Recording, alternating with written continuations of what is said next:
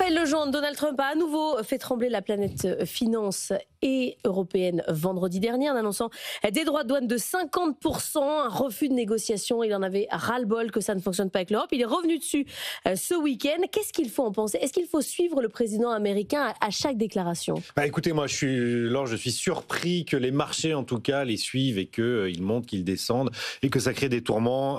Pareil, j'ai l'impression qu'à chaque fois on tombe dans le panneau du président américain. Alors que franchement, on sait que ces coups de pression sont rarement suivis d'effet. On sait que Scott Bessent, son secrétaire au Trésor, est en train de travailler en réalité à une zone de libre-échange entre les États-Unis et l'Europe. On sait que le premier pénalisé par une hausse brutale des droits de douane, surtout à des niveaux pareils, ce serait le consommateur américain, donc il n'a aucun intérêt à le faire. On sait que ces droits de douane sont globalement mauvais pour la croissance mondiale et donc pour la croissance américaine, évidemment. Et on sait qu'à la fin, c'est toujours l'économie qui remporte face aux pitreries des politiques qui racontent n'importe quoi.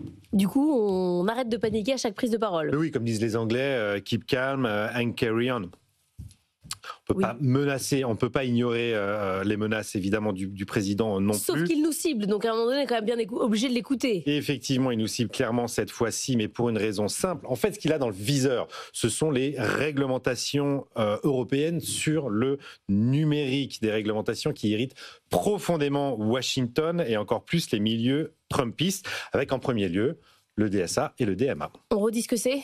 Alors le DSA, c'est le Digital Services Act, qui oblige les plateformes en ligne à modérer leur contenu, à faire la transparence sur leurs algos et lutter contre les contenus illégaux. Mais surtout, ce qui irrite Washington, c'est le DMA, le Digital Markets Act, qui vise à réguler les grandes plateformes, les gatekeepers, en leur imposant des obligations pour garantir des règles de concurrence équitables sur le marché numérique européen. Et ça les inquiète beaucoup, les Américains, d'autant plus que fin avril, la Commission a présenté ses premières amendes dans le cadre du DMA. C'est la première fois qu'elle les mettait en place. 500 millions d'euros pour Apple à cause des clauses abusives dans sa boutique d'applications, l'Apple Store, et 200 millions d'euros pour Meta, pour avoir enfreint une règle encadrant les données personnelles. Il considère que c'est des taxes, en fait. Exactement, et ça l'énerve beaucoup, Donald Trump. Il pense que ces régulations ont été créées pour mettre des bâtons dans les roues des géants américains, et du coup, il brandit l'arme douanière, il menace, l'Europe régule, chacun joue sa partition, mais au fond, ce n'est pas une guerre commerciale qui se prépare, c'est bien ça qu'il faut comprendre, c'est une guerre d'influence. Et dans ce combat-là, les droits de douane ne sont qu'un bruit de fond.